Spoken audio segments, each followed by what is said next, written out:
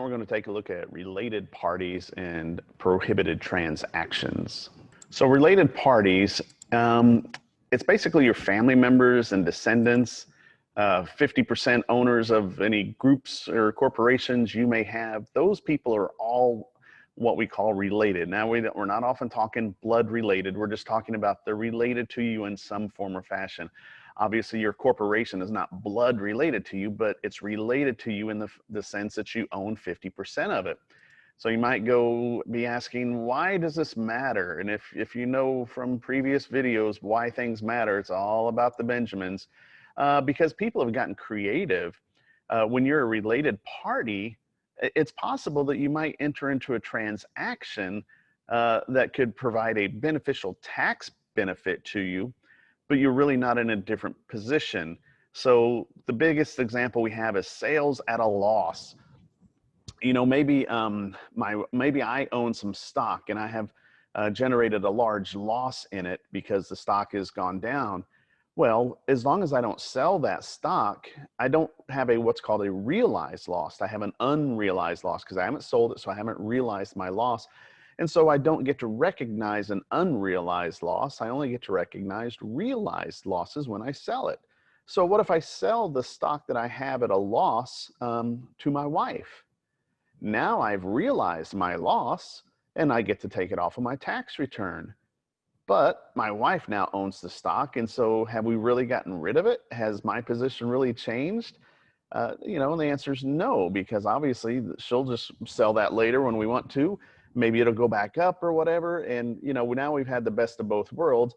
We've been able to realize our loss. We held the asset that we sold for a loss, and now we can wait for it to recover and sell it again. So that's why a lot of things between related parties are disallowed, because we don't want to be able to manipulate the system in a way that is beneficial to you.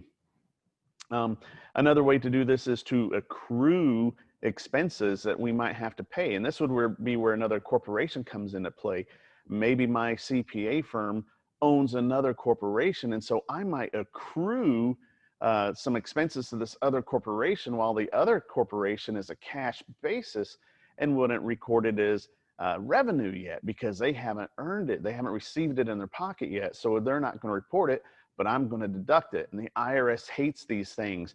You know, the common rule of thumb is for something to be deductible to someone, it's probably income to somebody else. And in this case, where we have an accrual payer deducting the expenses, but a cash basis person not recording it, that's where we're going to get into trouble with that rule. So the IRS really hates that. So to get around all this, they have these related party rules that pretty much means if you sell something at a loss or trying to manipulate the system by, you know, doing some creative accounting to related parties, you're not going to be able to use it.